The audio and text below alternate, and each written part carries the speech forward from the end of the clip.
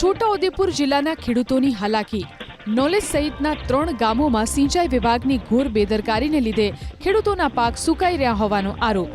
સિંચાઈ વિભાગ તરફથી ખેડૂતોને પાણી મળી રહે તે માટે ડેમ તો બનાવવામાં આવ્યો છે, પરંતુ ડેમ છલોછલ હોવા છતાં ખેડૂતોને સિંચાઈ માટે પાણી મળતું નથી।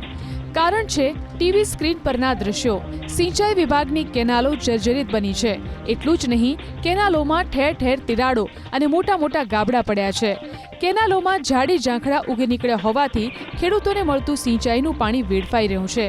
ખેડૂતોનો આરોપ છે કે વારંવાર સિંચાઈ વિભાગને રજૂઆત કર્યા છતાં હજી સુધી સમસ્યાનો કોઈ ઉકેલ આવ્યો નથી।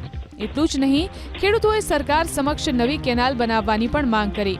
ખેડૂતોના આરોપો પર સિંચાઈ વિભાગના ઇન્ચાર્જ કાર્યપાલક ઇજનેરે સરકારી જવાબ આપ્યો કે સરકારમાંથી સૈદ્ધાંતિક મંજૂરી મળ્યા બાદ ટેન્ડર પ્રક્રિયા કરી જર્જરિત કેનાલોના સમારકામની વહેલી તકે કામગીરી ચાલુ કરાશે।